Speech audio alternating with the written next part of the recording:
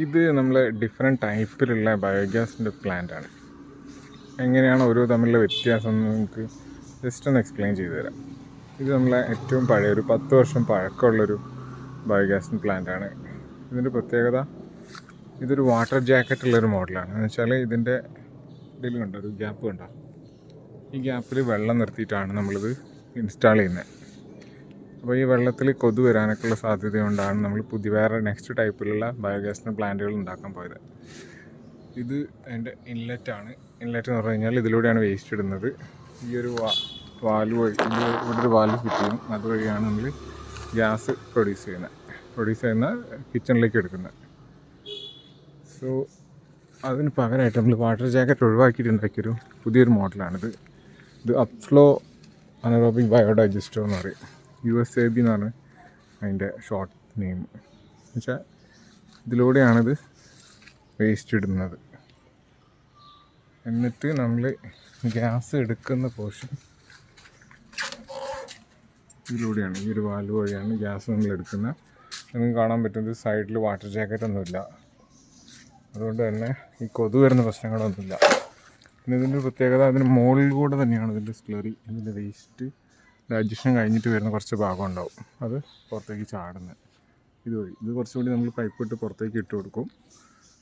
ഇതിപ്പോൾ ഞങ്ങൾ കൊണ്ടുവച്ചിട്ടുള്ള നമ്മളൊരു റിസർച്ച് പർപ്പസ് കഴിഞ്ഞിട്ട് കൊണ്ടുവച്ചതാണ്. ഞങ്ങളൊരു വെറ്റിനറി യൂണിവേഴ്സിറ്റിയിൽ R&D ചെയ്യുന്നുണ്ട്. അപ്പോൾ അതിൻ്റെ കഴിഞ്ഞിട്ടുള്ള സാധനങ്ങളോട് കൊണ്ടുവച്ചാണ്. അപ്പോൾ എനിക്ക് ജസ്റ്റ് ഒന്ന് എക്സ്പ്ലെയിൻ ചെയ്യാൻ വേണ്ടിയിട്ടാണ്. അടുത്തൊരു മോഡലാണ് ഈ കാണുന്നത്. ഇത് പ്ലഗ് ഫ്ലോ എന്ന് പറഞ്ഞിട്ടുള്ളൊരു ഹൊറിസോണ്ടൽ ഷേപ്പിലുള്ള ഡൈജസ്റ്ററാണ്. ഇതിലൂടെയാണ് നമ്മൾ വേസ്റ്റ് ഉള്ളിലേക്ക് ഇടുന്നത്. ഇതൊരു ഹൊറിസോണ്ടൽ ഷേപ്പിലാണ് വരുന്നത്. അതുകൊണ്ട് തന്നെ നമുക്കിത് ചെറിയൊരു സ്പേസിൽ വെക്കാൻ പറ്റും. ഇത് വേണം മണ്ണിൻ്റെ അടിയിൽ നമുക്ക് കുഴിച്ചിടാം. ഇതിലൂടെയാണ് ഇതിൻ്റെ സ്ലറി ഔട്ട് പുറത്തേക്ക് വരുന്നത്. ഗ്യാസ് നമ്മൾ ഇവിടെ നിന്നാണ് പുറത്തേക്ക് എടുക്കുന്നത്. ഇത് ഇതിൻ്റെ മാൻ ഹോളാണ്. ഇതിലൂടെ നമുക്ക് ഇതിൻ്റെ ക്ലീൻ ചെയ്യണമെങ്കിലൊക്കെ നമുക്ക് ഇതുവഴി ക്ലീൻ ചെയ്യാൻ പറ്റും.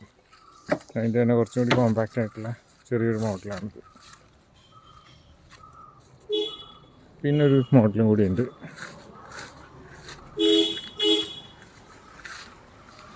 ഇത് നമ്മളെ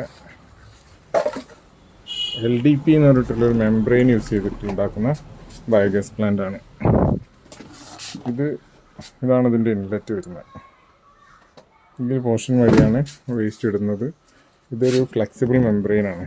ഫ്ലെക്സിബിൾ മെംബ്രെയിൻ ആയതുകൊണ്ട് തന്നെ അത് മടക്കിയിട്ടൊക്കെ നമുക്ക് ട്രാൻസ്പോർട്ടേഷനൊക്കെ ഈസിയാണ്. ദൂര സ്ഥലങ്ങളിലേക്കൊക്കെ പ്ലാന്റ് വേണമെങ്കിൽ ഇങ്ങനത്തെ പ്ലാന്റ് നമുക്ക് കൊടുക്കാൻ പറ്റും. ഇതിൻ്റെ ഗ്യാസിൻ്റെ ഔട്ട് വരുന്ന പോർഷനാണ്.